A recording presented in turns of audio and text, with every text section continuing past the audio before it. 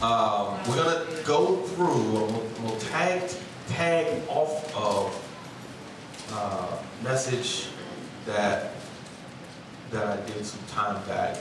But the thing that I really want to do here that's going to be a little bit different as we're going through this is, I said this some time ago, you know, I bring messages that come out of my own studies, or, you know, the things that I am, where Yahweh has me diving into, and improving upon myself, my relationship with Him, my relationship with my family, my spouse, so on and so forth. That is where this comes from. So I am an open book when I get up here. So really what we are trying to do is bring to you things that you can actually use.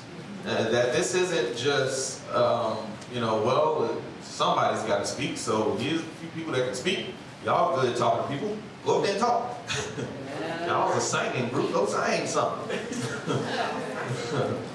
So, but truly what it is that we want to help the body to grow. And as we are all parts of this body, even this small assembly, that we are such important parts of the spreading of the Torah and the understanding of being in relationship with the Most High. And there's so much misunderstanding out there. There's so much bad information out there. We have to make our voices heard. That's right. Because I promise you that as loud as falsehood is, truth has to be louder. So we can't hold back, we can't dim down, we can't be quiet. You know, don't get it mistaken for being boastful. So we say, I say nothing because I'm being humble. No. No, right. The world needs our voices. Absolutely, that's right. There's enough lies out there. That's true. There are a lot of them. I'm telling you. So we can't be ashamed to speak up the truth. And so, all of that to say, and I will spend just the first little bit kind of, probably won't dive into the scriptures even that much going through the recap of this, but again, you all are pretty familiar with this. Let's see if I can get all of this Zoom stuff out the way so I can actually see. Okay.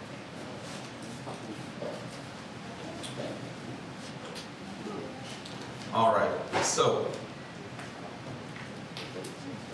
all right, tell me for my Zoom people, can y'all see my screen? Okay, thank you, great, awesome.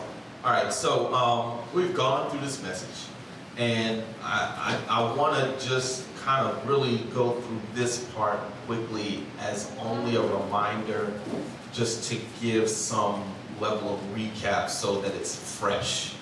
And as we go into the next piece, the part that I said would be a little bit different is that I want us to do some dialogue, and that this not be necessarily a lecture, but we're going to kind of talk through this, because this is really how this message came. There was a whole lot of other stuff, and as I sat down and putting it all together, most of that ended up being very, very retrospective. So just sitting and really dealing with me. And so the message that we're going to recap is Public Enemy number 1, Understanding the Adversary. And it was just some key things that we need to keep in mind when it comes to the adversary. Satan, we use that word, and a lot of people don't look at it. Don't look at Satan for who he is, but look at him for who he's not. And we'll kind of go through that. Again, we've talked through this a lot, but he is an adversary. This is what his name means, to attack. To attack. He's an adversary, to be resistant. And so let's have a quick understanding of these few things. We're going to look at what and who he is, what is his objective, what is his authority level, where he is, and what is his future. And the key points there, again, because we've gone through this, we're going to kind of hit it pretty quickly. Understand that he is not the opposite and equal of Yahweh. Very important to keep in mind. People think of Satan is like, well, Satan is to Yahweh as to down is to up.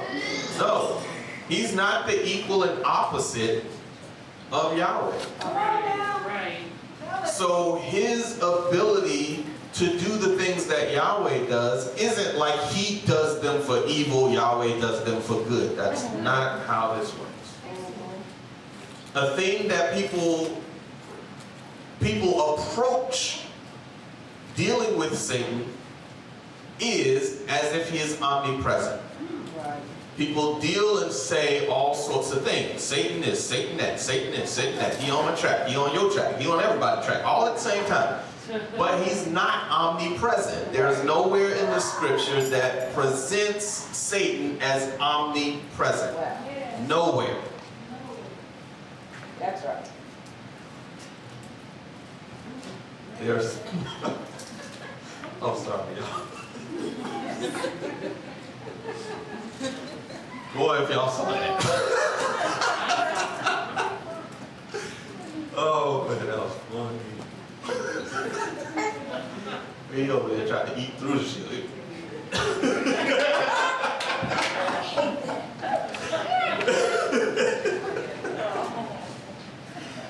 Oh, man, that was funny.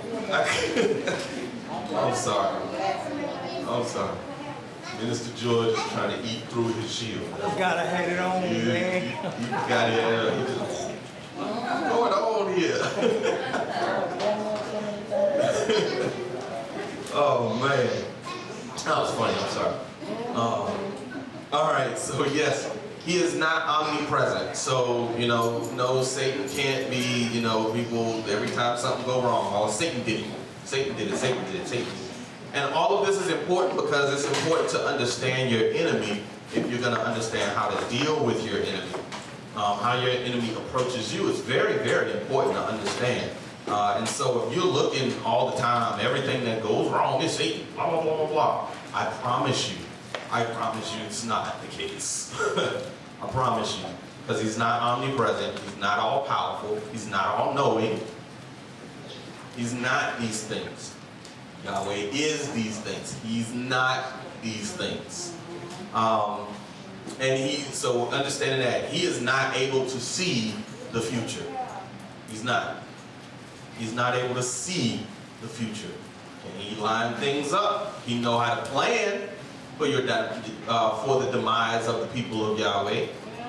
And so what we deal with when we deal with Satan is really systems and the things that he puts in place. So the example that I used before, and again, we're not going to go through all of the scriptures, but I'll just kind of flash them across the screen so that you can see them. And so understanding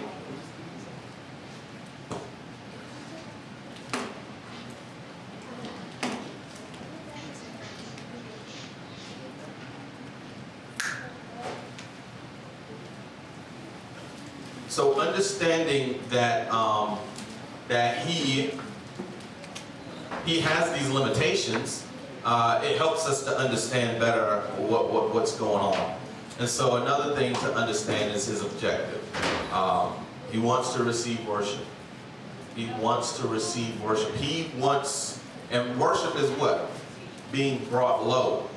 So he wants everything and everyone, including the Most High, to bow to him. That's what he desires. That's what he desires. His level of authority, we have to understand that he is limited. He is not unlimited. People look at Hasatan as if he has no limits.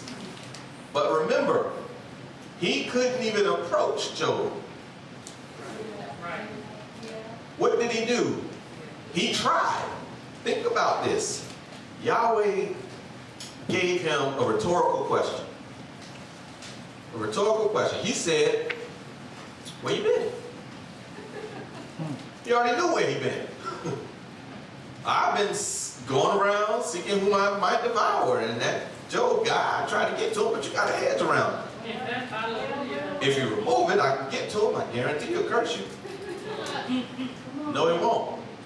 Have you considered my servant Job? When he said, have you considered my servant Job, he already knows that he considered him. He knows he considered him. He's tried. He already tried. And so, understanding that, when we understand Satan, understanding his limitations, now we can begin to focus our eyes on the right thing. Now we're not looking for every time the microphone squeals, or every time we get a flat tire, or every time we put on a different pair of socks. You know, you put on a blue sock and a yellow sock, and it's, get behind me, Satan.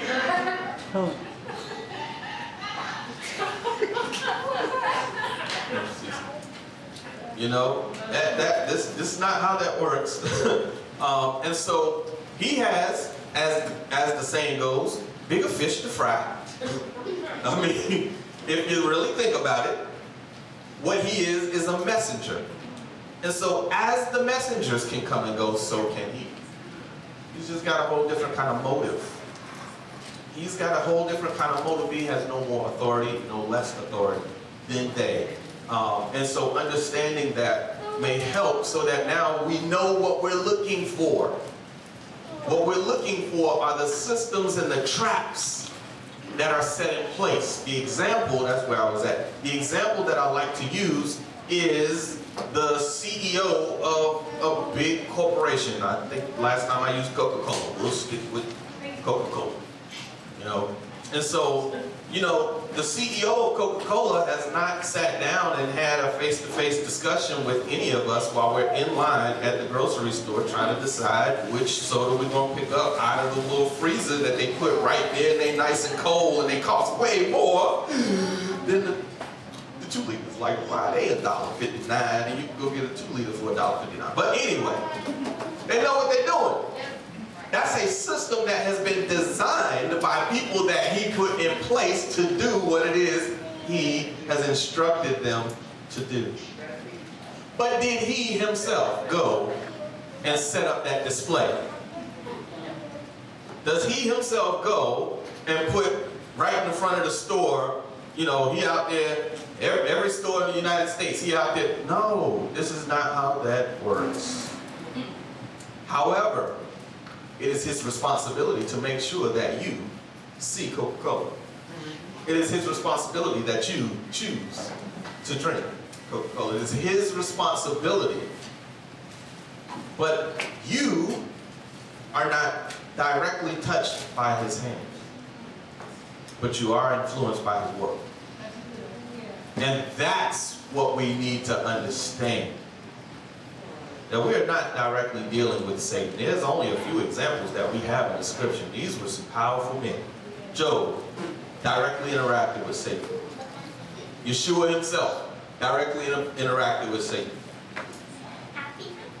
You know, there are very few examples in the scriptures of people who are directly interacting with Satan. I know there are more, and I just only named 2, but there are. I don't think I'm that important. I don't. And if I'm spending my time thinking that I'm dealing with him, guess what's happening? I'm getting tripped up by the stuff that he has put in place because I'm ignoring those things. Instead of me looking at those systems and looking and recognizing the things that I should be seeing, I'm busy running around saying that Satan's on my track and he's trying to hold me back. And I'm swimming in the traps. I'm just all in them. All of that. So what I really want to do now is flip it a little bit.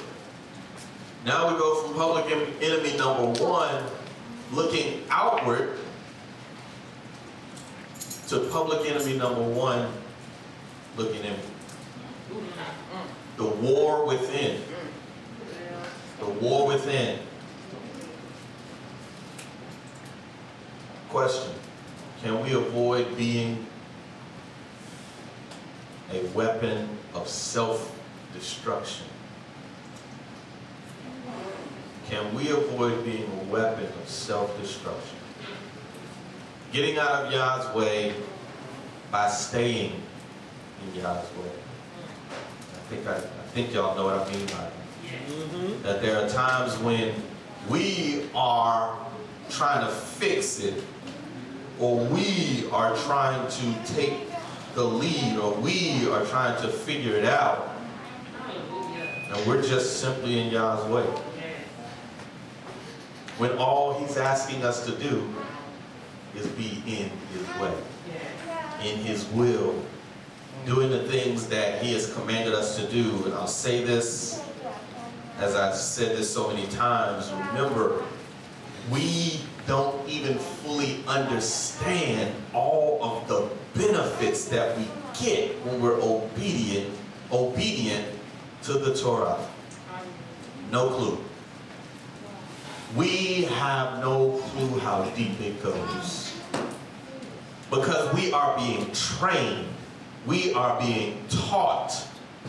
And if you think that the CEO of Coca-Cola can appoint a marketing strategist, a chief marketing officer, so intelligent and bright and smart that they can get into your psyche to get you to buy stuff that you otherwise wouldn't have, by the types of commercials or the types of things that they put up or the types of display or the placement when you walk in the store, everything goes into the psychology of getting you to make that purchase. If we think that those things can be done in such a way that they are effective, and I promise you, by the proof of billions of dollars, that they are effective, what more is happening when we dive into and study the Torah? At what level is our mind being changed?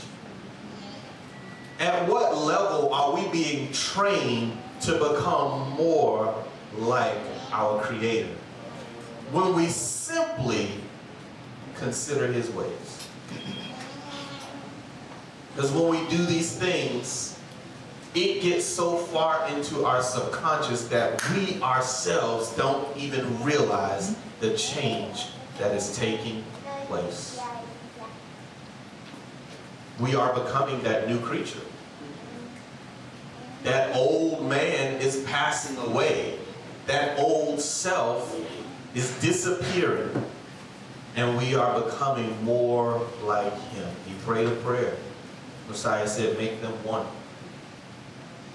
as we are one.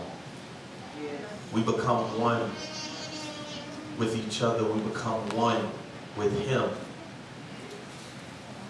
Then we become, you can't separate us. You can't separate Him. And so, there's one thing I want to point out real quick, and this is in Isaiah 64. We are all very familiar with this. Isaiah 64. We understand and know that if we depend on our righteousness is as a filthy rags. And if we depend on our righteousness, it will land us nowhere. So, first question, is it enough to be morally and ethically upstanding? Is it enough? Is it enough for me to be able to see something, think through it, and decide within myself, I don't feel bad by saying this. I don't feel bad by doing this. Because there are outside influences that shape what we consider as morally and or ethically correct.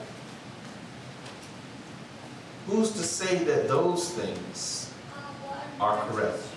Who's to say that we're using the right measure?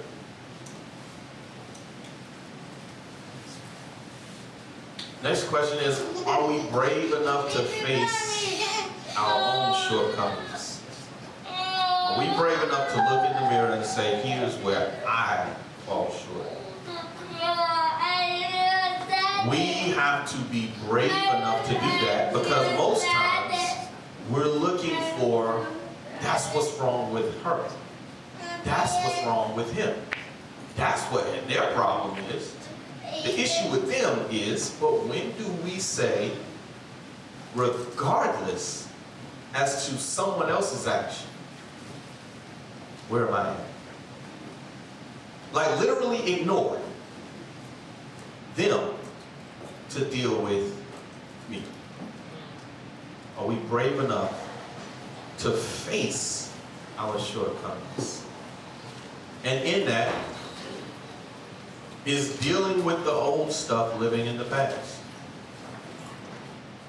Because then, y'all know, we come up with the excuses as to why we don't face our own stuff, why we won't look in that mirror. One of those excuses is, I don't want to live in the past. Understand this, the enemy's primary trap since the garden has been to twist the commands of Yahweh. Not to the point where they're not recognizable, because then you'll know to ignore it, right? Like there's no way he was going to go up to HaGoyim and be like, yo, I'm telling you, I know he said you won't surely die, but here's what's going to happen. You're going to eat it, then you're going to have, pain and childbearing. Then everybody after you going to have to deal with sin, and everybody's now going to die, including you, eventually. Might not be today. Your husband's going to live to be 900 and some years old, but he going to die too. I mean, do you think she would have actually did it? No. He twisted the command, not to the point that it was unrecognizable, but simply to the point where it placed some other thought in her mind as to what it meant. Just enough for her to question if she properly understood what it meant. Can somebody remind me of the difference between sin of transgression and sin of iniquity?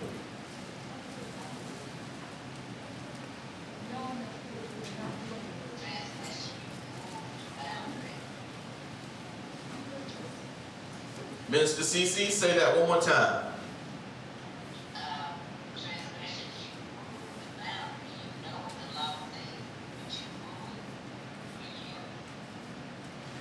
Flip them. That's iniquity. That is perfect. That's iniquity. So what she said is, iniquity is where you move the boundary. You know what it is, but you move it. And then what is transgression?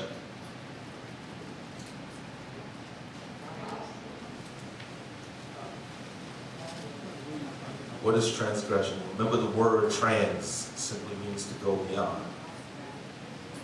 Prefix trans is to go beyond. So when you transgress, you just go beyond. Okay, so you break the law, right? But you know you did. Like, speed limit said 55, you went 56.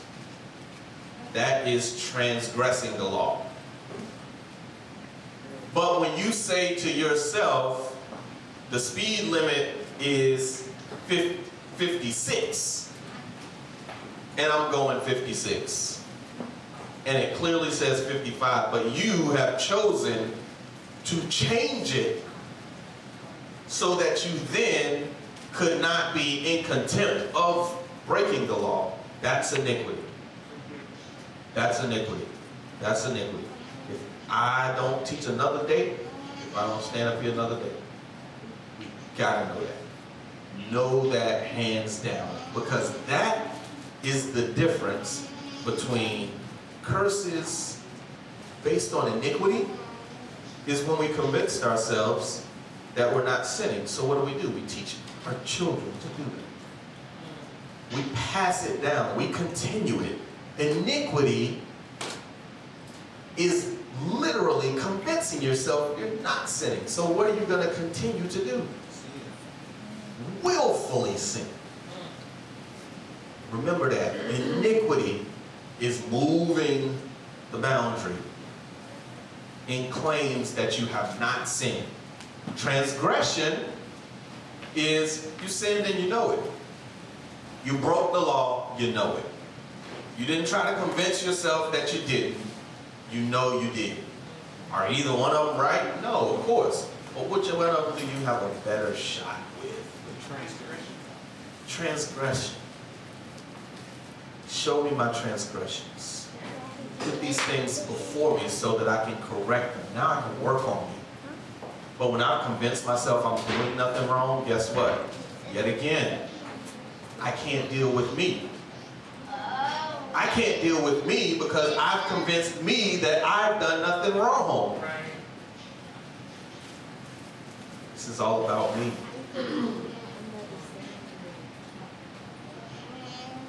Consider this as well. There's a thin line between being a prisoner of your past and having a reminder of where you have come from. Now the same man wrote Philippians 3, where everybody knows Shaul says, I'm forgetting those things that are behind me. I'm pressing toward the mark of the prize of the high calling, right? We know that. He literally said, I'm forgetting those things. But the same man wrote 2 Corinthians chapter 12, where he says, but there is this thorn that has been placed in my flesh that I prayed 3 times to have removed. And what did Yahweh say to him? My grace is sufficient.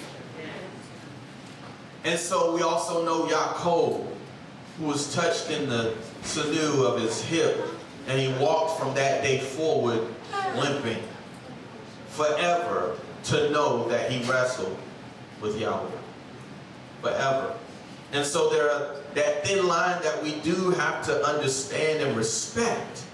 But at the same time, if we convince ourselves that I'm going to be a prisoner of the past if I deal with this, then we will find ourselves forgetting where we were, thus repeating where we were. Because we got there for a reason. Another thing, we often think to bury things and not face them. It's very, very natural. Some of us, it's about when we deal with it. Some of us, it's about if we deal with it. Understand this. Understand this. When we bury things, they don't just die, they germinate. When we bury things, they don't just die, they germinate. Guess what? The next time you see it, it's grown and got babies.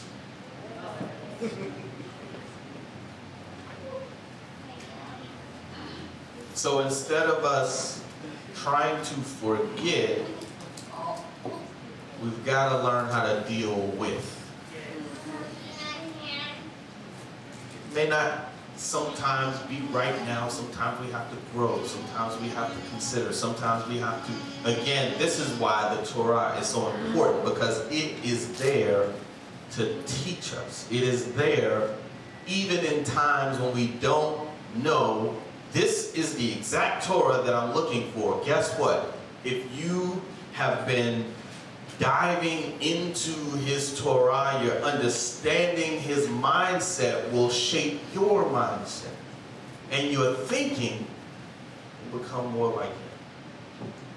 And so instead of us being stuck in the past, or absolutely forgetting where we came from, we can have that middle ground. That's where we have to be. That's where we have to exist. And so, I'm going to go back to the first question, because that was my thoughts. That was my thoughts. And again, I've got literally I think, yeah, maybe 2 more slides. So it's not a lot. But one, we're going to read through the whole chapter of some, because it's really where all of this comes from. But I want us to talk through a little bit. Is it okay? Is it enough? Is it enough to be morally and ethically upstanding? Why do you say it's not enough?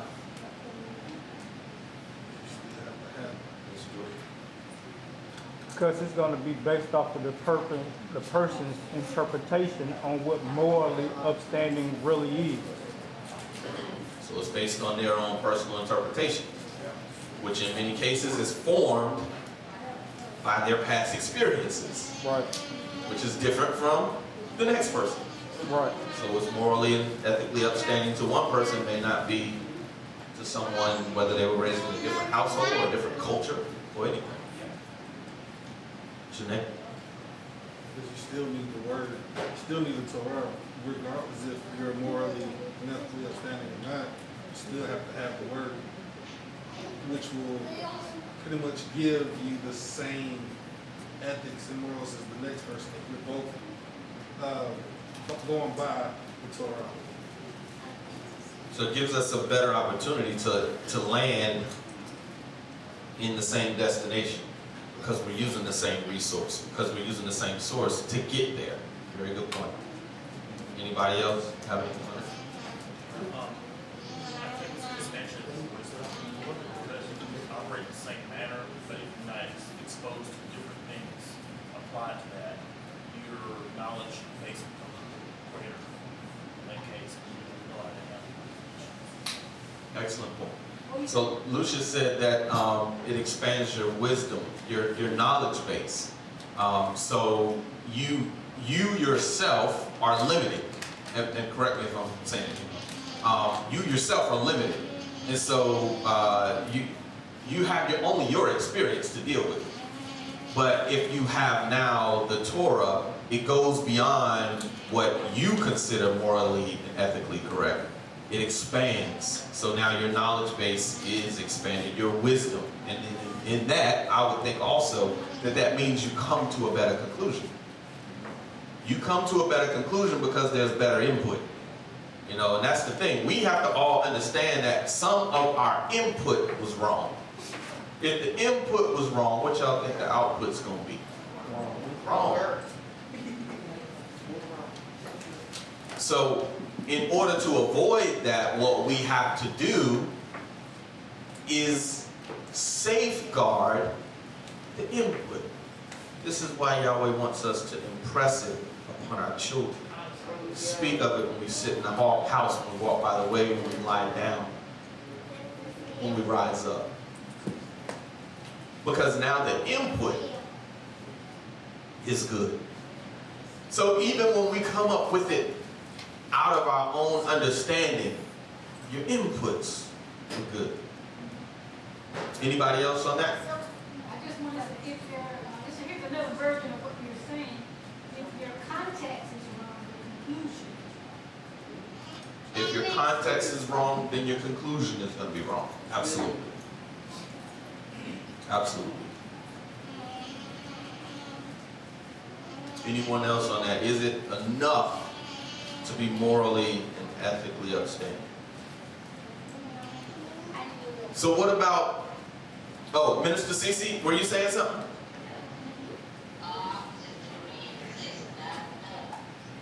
Yes. Yes.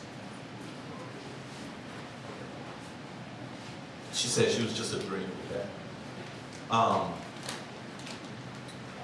Next one. Are we brave enough to face our shortcomings? How does that feel? Doesn't feel good. It really doesn't. One of the hardest things it is for people to do is to face themselves, to look yourself in the mirror and admit that you have shortcomings and been dealing with those shortcomings. It's easier to point out someone else's shortcomings. It's easier to say what someone else is doing wrong opposed to looking at yourself and saying, you have a problem, this is what you need to do to fix it, and literally come down on yourself opposed to someone else. Yeah. Let's think about this, y'all. Think about if there was never invented a mirror. Would you even know what you really look like? I mean, you could kind of look into water and see somewhat of a reflection, or you can look in this, but the person you see the least is who? Yourself. The person you see the least of is you. So if there was no mirror, what would we depend on to see ourselves? Because here's the other thing about the being brave enough to face our shortcomings. Part of that is being brave enough to accept feedback. Some of that is being brave enough to listen to our brothers and our sisters and our mothers and fathers and husbands and wives and nieces and nephews, sons and daughters who tell us something about ourselves. And what are we going to automatically do? Wait a minute, you don't know what I look like. You can't see me clearly. I see me better than you see me. Well, is that true? No, the truth is the person outside of you sees you better than you see you. The question then is a little bit more basic, is what is this person's motive? If you know you're dealing with someone who loves you, then we've got to be able to do this part a little bit better. We got to be able to look at this part and be brave enough to say, if you see this, and this person over here sees this, and that person over here sees that, and I'm the only person who don't see it, I've got to be brave enough to go to that mirror and say, what do they see that I'm not admitting? What do they see that I'm not being honest with myself about? It's not easy. It's not easy, but we have to be brave enough to do it. We have to be brave enough to do it. Anybody have anything on that?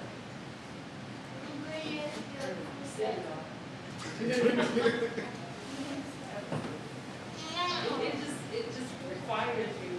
I'm sorry. Go ahead.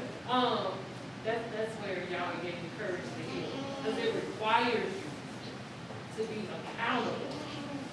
Like you recognize it's hard enough to even recognize those things about yourself, but then you got to take accountability, and then you got to do something about it. Right. You got to do something about it, and that takes, you gotta be brave. It takes courage to That's why I use that word, brave. Because it's not easy. Mr. George, Along with that accountability that was used, you have to be honest. People don't respect dishonesty. Yeshua time and time again looked at him and said, "Woe ye hypocrite." That was for a reason. Anybody that you think loves you, you have to be able to receive their evaluation of you. Especially if that word is being thrown around between the two of them, and that's love. So with that being said, the person has to be honest enough to and be brave enough and have that accountability to change. Not only that, he must have, or she must have, a desire to want to change. Yeah, very true. Without the desire of wanting to change, you could tell me about me all day. If I have no desire to fix it, Just not. not a Great point. Lamaris and then Janae. That is the epitome of working out your own salvation. There you go. Hallelujah. He said that is the epitome of working out your own soul salvation. We hear it a lot. Most people don't want to do it themselves. I just want Jesus. That's enough. And I get it. He is enough. But it don't change the fact that he is calling you to make a change. There you go. And right there, and I'm coming to you, Janae. The thing that makes that so powerful is consider every miracle that Yeshua did. What did it require? Participation. That's right. It says, go wash. Right. Your faith has made you whole. I can think of an example where one man didn't have enough. But what did he have? 4 friends who had enough for him. That's right. So much so that they put him in the position where he could receive his healing. And why did he heal the man? Because those friends did something. They didn't sit there. They didn't say, well, I guess, no, you ain't never going to get it because they in the house and you out here. I guess you short. And you can. You ain't trying to get in. What did they do? They picked that man's bed up, strapped him up, and lowered him from the ceiling. They all did something. Did something. Janae, and then Mr. George. Just telling off what was said, and with starting with Mars first, yes, you have to do something. Even the scripture says faith without works, dead. So yeah, you can have all the faith in the world, but unless you put some type of work behind it, nothing's gonna happen. Just like you said, they all had to do something. They all had to put in some type of work in order for them to be healed. And even going back to what my wife was saying, and even with Minister George, if someone is coming to you based off Torah, you know it's some truth behind it. There's no way you can, let me rephrase that. There's no way you should denounce what's being told to you or say, oh, no, I'm good. If you have Mishpachah who's coming to you with the word and saying, hey, brother, this is a problem. Hey, brother, this isn't cool. If your brothers and sisters, and if you say they are your brothers and sisters, then you should be able to take what they're saying to heart and be like, okay, well then, I need to start, I need to do something about this. I need to make a change somewhere, because 2 or 3 people already came to me and said the exact same thing. They may have said it, worded it differently, but they told me the exact same thing. And we all know Torah says with witnesses of 2 or 3, you have confirmation. Yeah. So obviously there is something there that's inside of you that's hindering you from being who you could be, that's hindering you from your healing, that's keeping you from being where you should be. And it's pride that'll keep you from getting where you're supposed to be. Being too prideful, like Dr. Yo was saying, some people stay in the mirror. Well, that's too much pride, because it don't take that long. And if you are in that mirror, then you should be able to see the flaws as well as those things that make you a good human. But you should be able to see the flaws behind it if you spend that much time in the mirror. But again, if you got 2 or 3 people coming and telling you the same thing, then obviously you got to make some changes somewhere. There needs to be something. One step is what you need to take. Because if you take that one step, the Father will come with you and take another step. And then you can take another step. And the next step is easier because you got the Father walking right alongside it. So every step you take after the first one, because sometimes they say the first step is the hardest to take. Right. So As long as you are willing, you take that first step, the Father will come right beside you and make every last step after that as easy as walking on ice. Hallelujah. I hear you. They keep talking about how smooth. It's smooth, you know, it just slide. All right, so I got Minister George, I got Minister Cece on the Zoom, and then I've got Dr. Yo. I was going back to when you was talking about the 4 friends. Your one example was go and wash.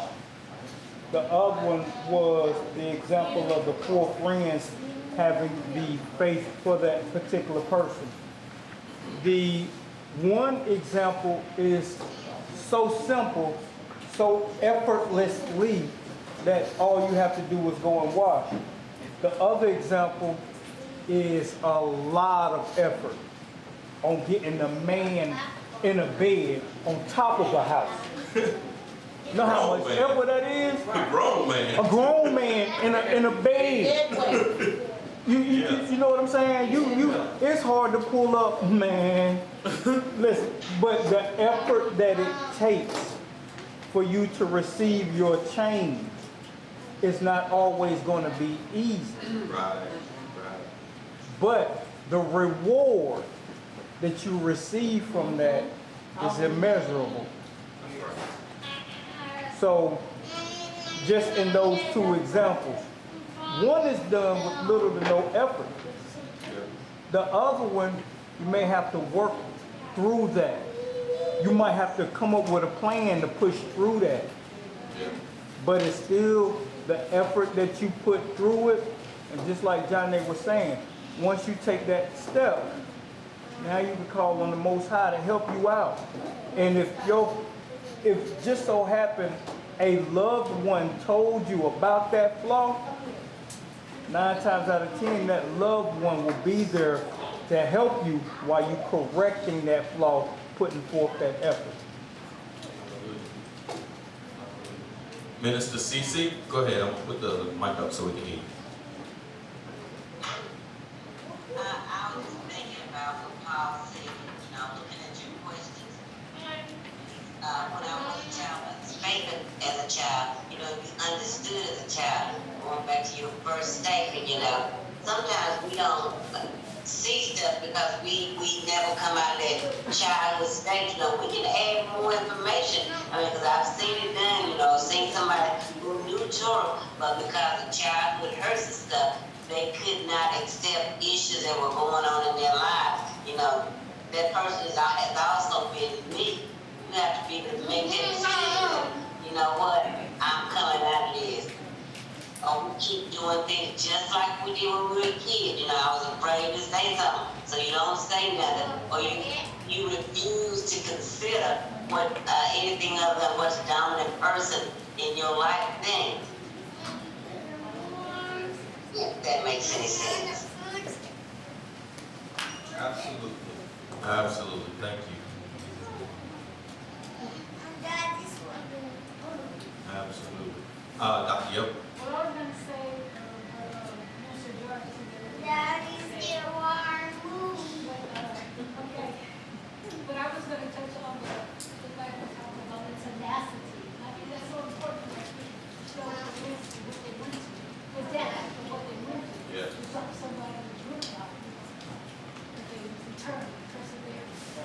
And then in the part about the talk about all those people, and all the people are saying something about them. Saying something about them, but they just don't like me. Because see, I was like made part of the rep, and they weren't. So you still not looking, you still not looking at dealing with them, Yeah. everything else on everybody else. But see, there's a clique, they always together. And because I've been appointed in this position, they jealous.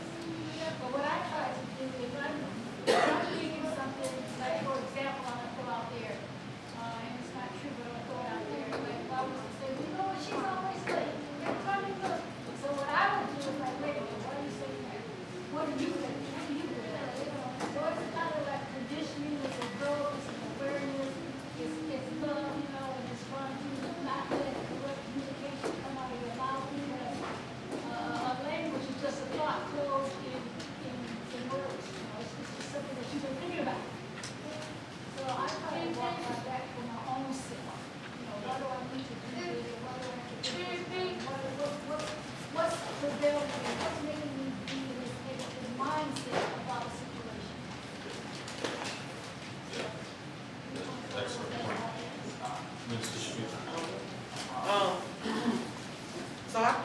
that one, are we brave enough to face our shortcomings? Yeah, it definitely is a challenging one to do. And it's something that only each person can answer individually, I guess, about themselves. So the thing about it is, the only thing I want to add on to that is that we do have to realize that that's not a one-time question. Like a one-time in life. Because we can identify, and I think that the church is kind of what programmed us to think in this way. A lot of times people struggle with one specific area in life, and they evaluate and measure quote-unquote deliverance by thinking back to the day that they overcame that one thing, right? So I used to have a real bad drug problem. I used to, not love myself and just give myself away. I used to do this, I used to do that, but thank y'all, I got saved and now I don't deal with that. And the falsehood with that is, now that I am, quote, saved, now let's flip it to this walk, now that I have the Torah, I'm not going to have any shortcomings because Yah has delivered me from those shortcomings. But yet he says, I place before you life and death. Choose life. And we've said this before, you have to choose that daily. So I think our issue is a few things. Sometimes it is just straight up hard to face those shortcomings. But another thing we have to realize is that this continues throughout life. It does not have an expiration date. I don't care how old or wise you are. I don't care what title is in front of your name. I don't care if you are a teacher. I don't care if you are the teacher of teachers. I don't care. We all have to face this flesh, and we all have shortcomings. And it's not going to be a one-time thing. So you might have dealt with something, and guess what? It came back. You might have thought you were over something, and guess what? Something happened 20 years later, and bam, here's that thing. And so I think that we are guilty of suppressing stuff and pushing it down, or doing just what it takes to get through. Ooh, I made it through that. Right, but have you really overcome that thing, and have you faced that thing as a shortcoming? And it'll be thematic, and it'll come up over and over again. And sometimes it's those things that make you wonder why, And so sometimes it is helpful, like you said, if there's people that are close to you and are trying to share something with you, it's helpful to listen to that. If you're facing some of those same things over and over again, it could be that not even could be, it is. You need to work on it, period. But can't nobody make up in your mind that you're going to do it but you. And you can also pretend that you're over it. You can move on and nobody would know. But late in the midnight hour, when you're still struggling with that thing, yeah, it is a shortcoming. And so we have to be brave enough to face them, not just in that moment, but over and over again. And even when they come up in another form or whatever, you always have, that has to be a self-reflective process, is something that has to be continuing. I don't think you ever reach that point. And I think that we struggle when we think that, well, now, I'm 40 years old, whatever. I don't deal with that, that's the young folks. Or you're thinking, that you're in a position to where now you shouldn't have any shortcomings, where you just gonna struggle. I mean, you're gonna struggle because God needs to work your stuff out too. And just because you have shortcomings doesn't mean you can't help somebody else through theirs. That's the funny part about it. Like I promise I probably had a very similar conversation about why is it that I can be so helpful to other people, but then when it's me, I'm stuck. Like I know what I need to do, but I won't make that move. I know, because a shortcoming, we equate the word shortcoming, I guess, with failure, or with, you know what I'm saying? Like, no, that's not, it's just the area you need to grow in. But it can be something that's hindering you from walking in the fullness of what Yah has for you or wants or needs you to be doing. And it's nothing, you feel like it's something holding you back, but it's really nothing but you that's stopping you. It's like this invisible field, and you won't just walk over there because whatever this thing is keeping you from walking over there, which is where you need to be. So I guess I said a lot, but my main thought was we have to be willing, open, and able to face those things over and over again. I don't care how many times you have to deal with it. Deal with it till it's dealt with. And if it comes back, deal with it again. Right. Lori? To oxtail of that, that leads me to the last point, is dealing with the old stuff, living in the past. Your past is your future. It's gonna come back. If you struggle with it, it's gonna keep coming back. And then I think what Minister Shanika was saying is deal with it. When it comes back, deal with it. You learn the lesson, do it right the next time. Keep trying it, keep going. Okay, awesome. And that's because how Satan wants you to fail. Right. He wants those, like, I know you struggle in that area. So Yeah. you have to use that wisdom from when you have gone through it That's to, experience. it's back. Okay, last time I recognize this for what it is. Call it Yep. for what it is, and then address it. I'm sorry, Ray.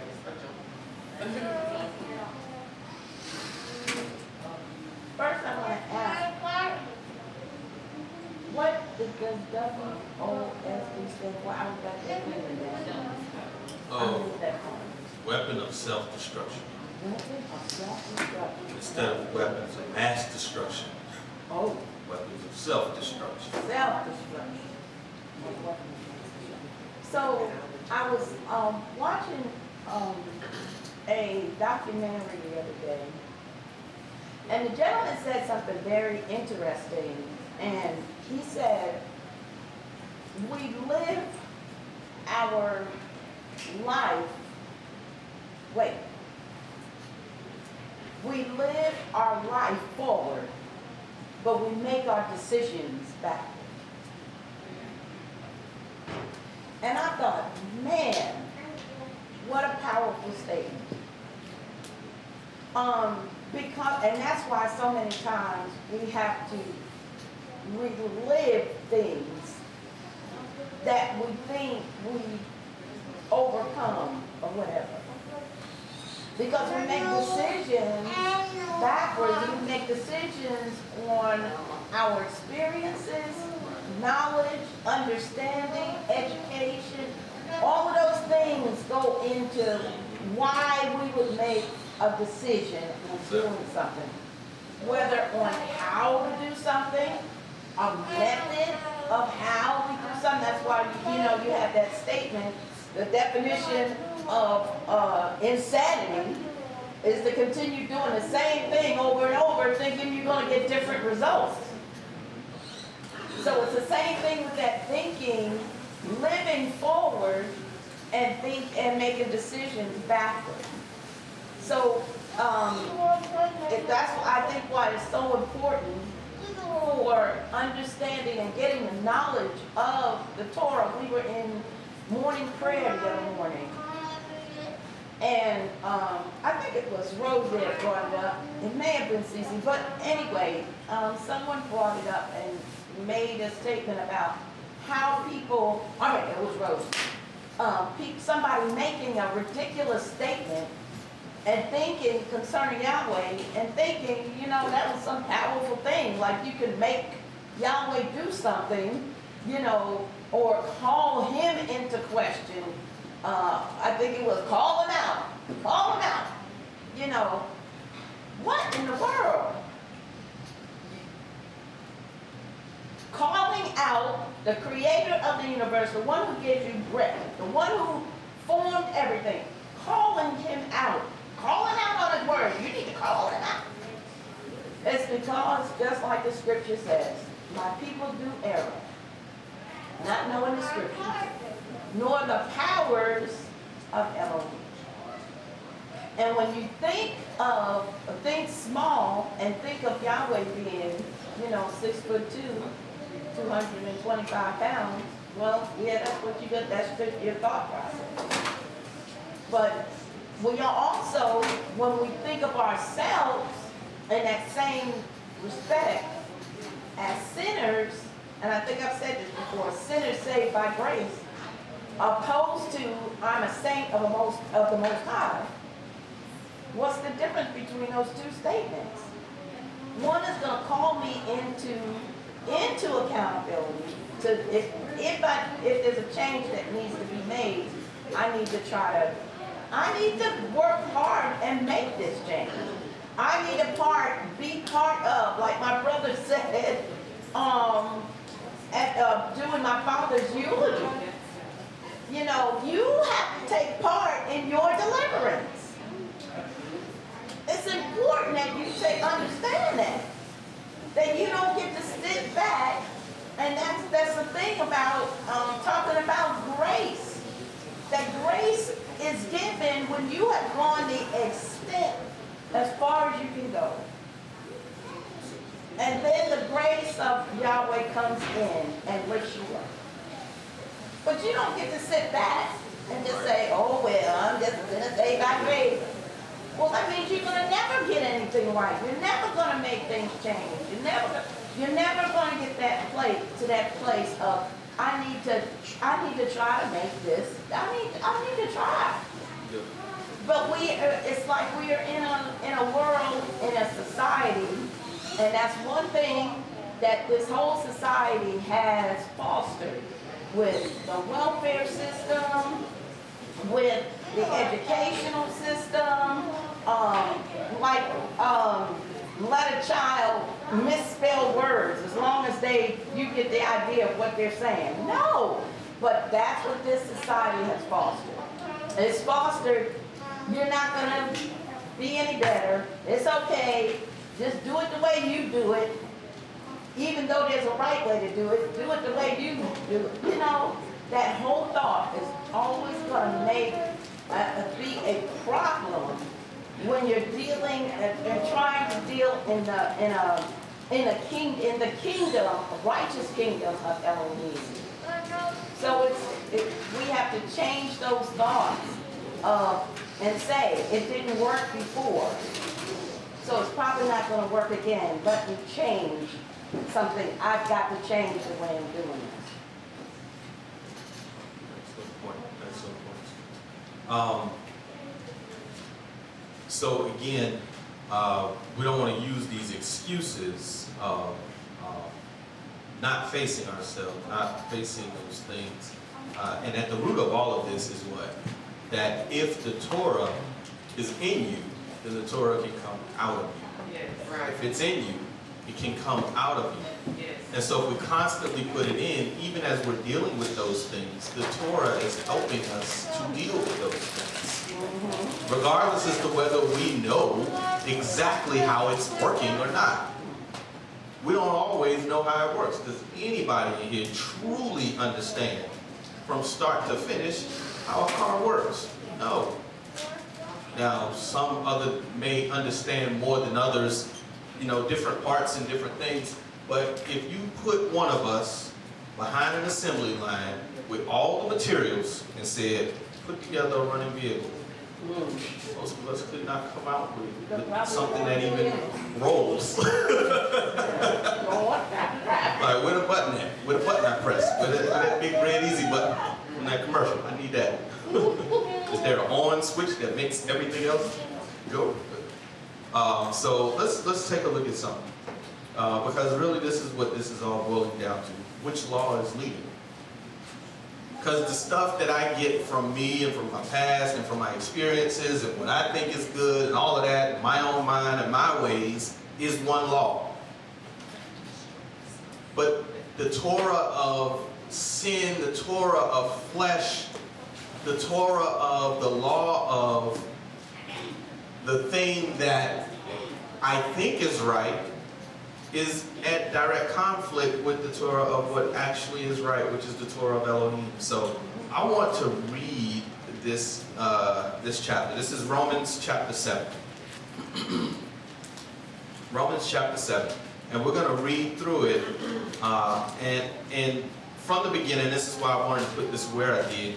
So we now should be in the place where we're more self-reflective than outward reflective. We're more concerned about what we need to work on versus what so-and-so does and what so-and-so said and what they did and what they said. We're looking at ourselves. And so now this law, this double law, Shaul is really giving us a lot of insight as to how the Torah helps us in dealing with the battle for our mind. Because that's what it is. It's the battle for our mind. Something is going to take up real estate. everybody, we need to ask ourselves that question. What takes up the most real estate? What has the biggest house on the block? In your mind, what has the biggest house? Because that's where you spend your time. That's where you spend your money. That's where you spend your emotions. That's what moves you. That's what concerns you. The other stuff is not as important. It doesn't mean that those things aren't important. But when things are less important, you make decisions and choices as to how you're going to deal with them. And so I always say, you know, it's not, and probably, well, this goes for 17 years. When me and Shamika first got married, I never understood that everybody in here who's married knows the first year or 2 or 3 or 4 was rough. And so we was, you know, just going through it. I'm trying to figure out, I'm like, in my mind, I'm thinking, I done grew up in Queens, New York, in Washington, D.C. I done had the hoodest of hood friends you could possibly have. I have, you know, I've been exposed to all sorts of emotions and stuff, and one of the things I learned growing up in the city is you can't wear your emotions. They can't know what's on your mind. All they got to look and see is, don't mess with him. That's all they got to be. They got to be able to look at you and make that determination. I'm gonna leave him alone.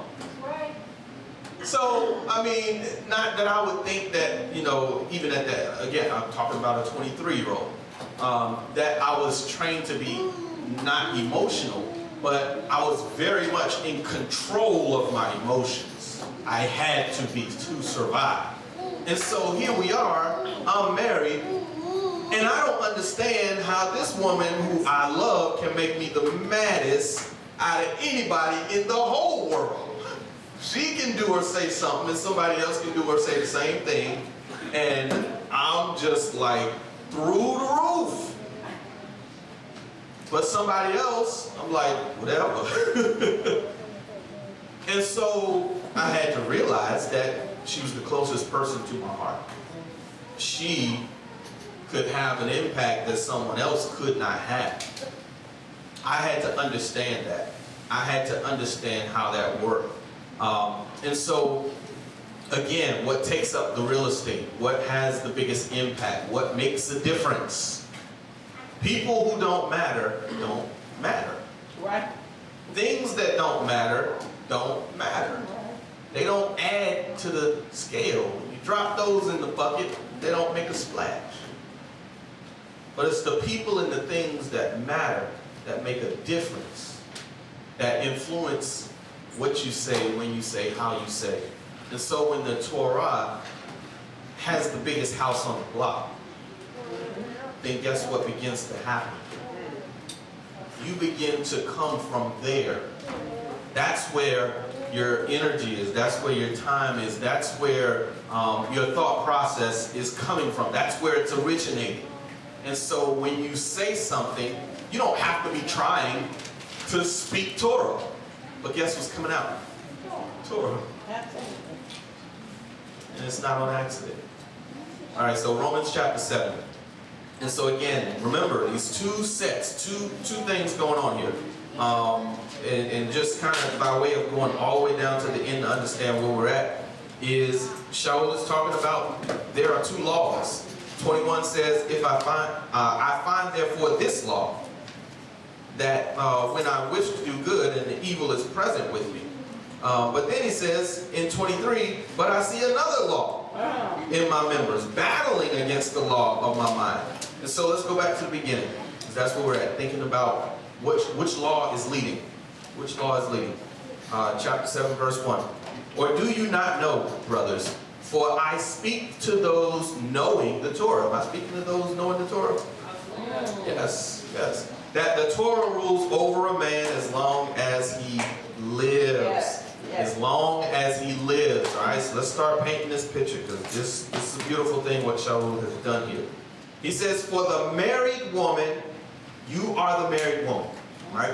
these are the characters, all of us, we are the married woman, has been bound by Torah, and I'm gonna do something here. I'm not gonna say Torah every time. I'm gonna say, I'll use the word that they like to use. I'll use law. Understand, principles. We know how principles work. In the Greek, they use the same word every time, which is nomos, but it has a different meaning. Exactly. Almost every other time. Right. So follow me on that. For the married woman has been bound by, in this case, the law of marriage, to the living husband. But if the husband dies, she is released from the law of that marriage concerning her husband. Make sense? Right. So then, while her husband, now, question is, who is her husband? Is she married to sin? Is she married to flesh? Is she married to desire? Is she married to those things that we should not desire? Or is she married to the Torah? Is she married to the Most High? Is she married to, so these are the questions. Because he's first laying just the foundation. So then, while her husband, verse 3, or did I skip verse 2? No, you read verse 2. I read verse 2? Okay, so verse 3. So then, while her husband lives, she shall be called an adulteress if she becomes another man's. But if her husband dies, she is free from that part of the Torah, of that law concerning her husband, marriage, so that she is not an adulteress, having become another man's. So, my brothers, you also were put to death to the Torah through the body of Messiah, for you to become another's. The one, now who's the others that we need to become? We need to die to the flesh in order to be given to the one. So we can't have both. Here's the thing that Yahweh won't do. He won't be your second husband. That's right. If sin, if the flesh, if your own desires, he will step aside. If those things sow into you, if those things till you, if those things prune you, train you, feed you, water you, if those things do, those things are your husband. He'll step aside. You have to, now those things have to die, right? In order for you to become another's. So, my brothers, you also were put to death to the Torah through the body of Messiah, for you to become another's, the one who was raised from the dead, that we should bear fruit to Elohim. For when we were in the flesh, now he's recognizing, hey, this was a past. When we were in the flesh, the passions of sins through the Torah were working in our members to bear fruit to death. Why? Very same reason why Torah bears life. When those things are working within us and we are obedient to those things, or we have those things embedded in us, then that is what we're feeding ourselves. That's what we're feeding from. Junk in, junk out. Is that what they say? I'm telling you. But I think they say garbage in, garbage out. But yeah. Garbage in, garbage out. 6, verse 6.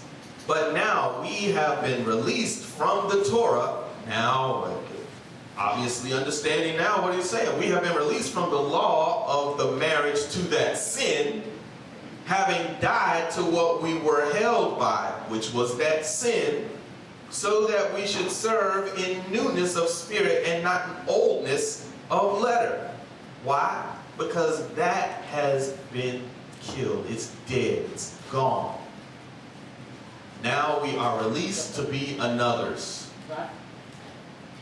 What then shall we say? Is the Torah itself, is the law itself sin? Let it not be.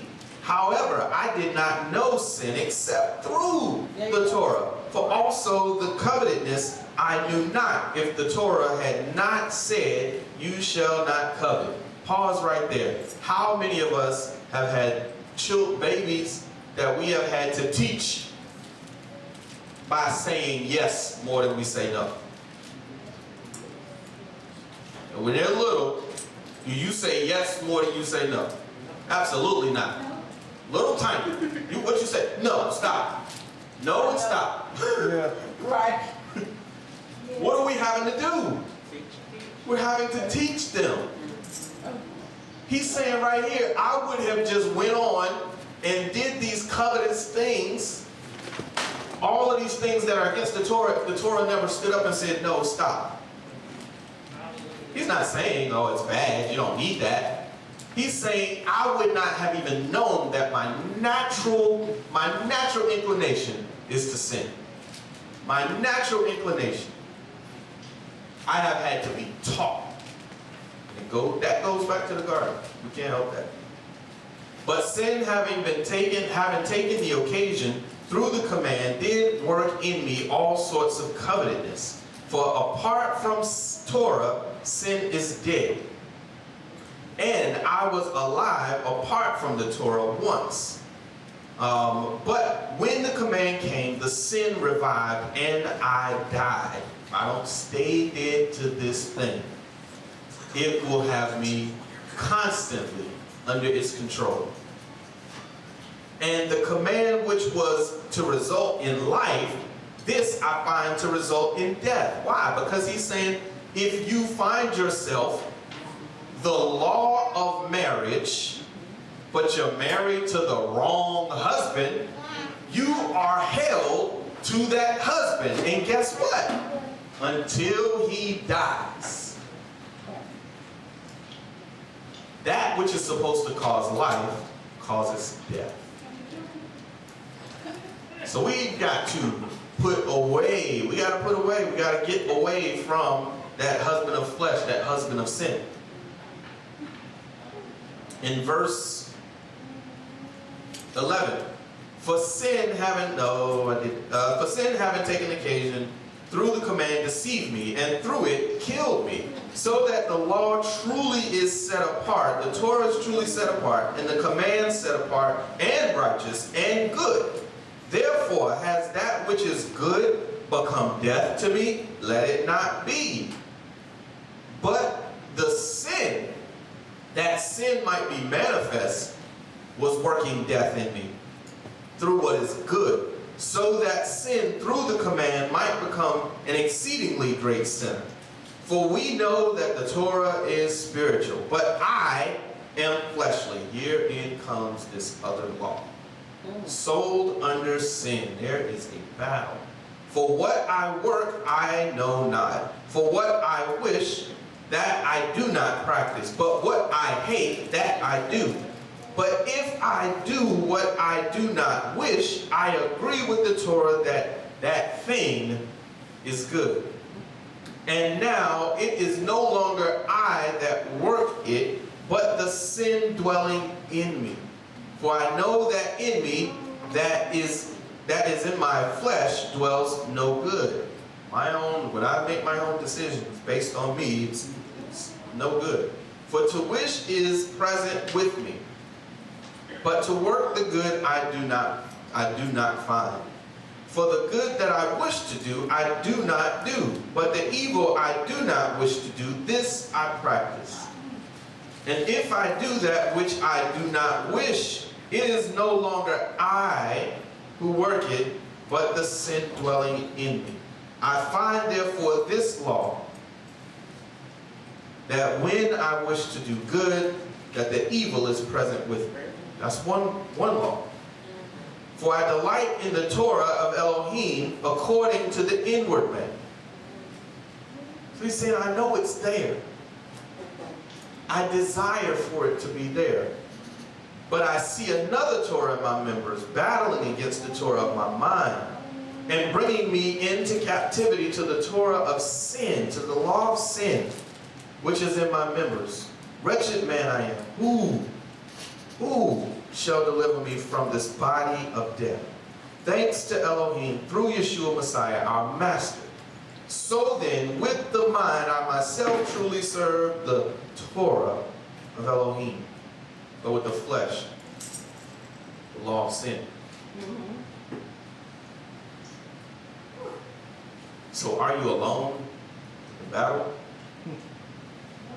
No. Shaul, who his writings have been included in the canon, is expressing to us that he deals with the same thing. Trying to separate between that which is sin and death to me and that which is life to me. So let's now think about this. What happened when they walked through that door? When they walked through that door. Here you have no knowledge of death, no knowledge of what sin results in. In Genesis, Bereshit, chapter 3, verse 7, that one partial sentence. Then the eyes of both of them were opened.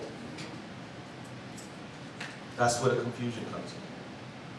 Because before, all I had was my obedience. I was told to go straight. I couldn't see anyway. It didn't matter. I just went straight. Didn't know that there was a pit on the right and a pit on the left. I just followed the instruction and went straight. But then, the eyes of both of them were opened. And if you recall the word for knowledge, the tree of knowledge, the Ah. The Ah. 3 letters. Understanding. When I say when they open that door, here's what happened. The first letter is Dalet, which is door.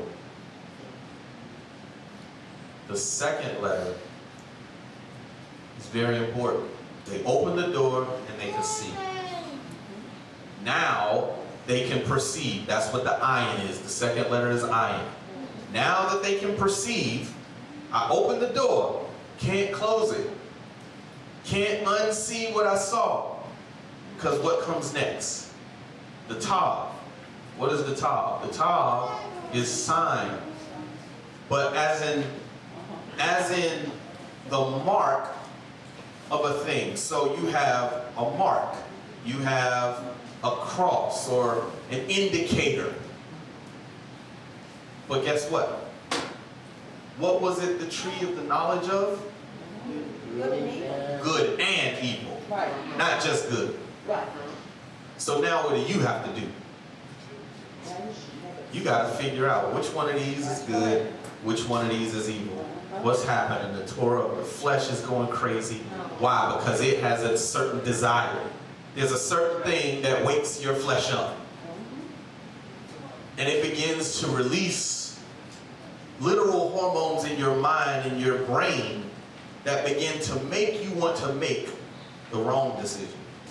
And you're fighting against that. Flesh. Because we're not always able to recognize the difference between good and evil.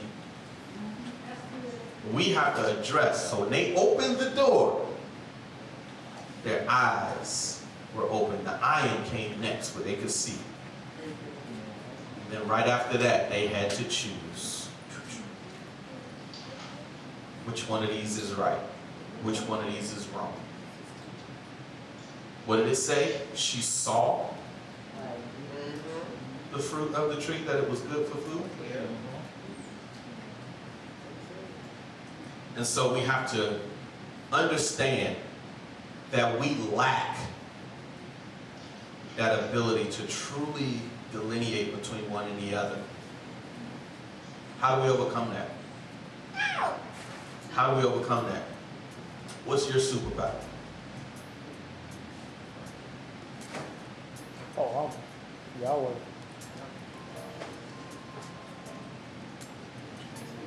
Yahweh is the only one who knows the difference. So our superpower is just being obedient.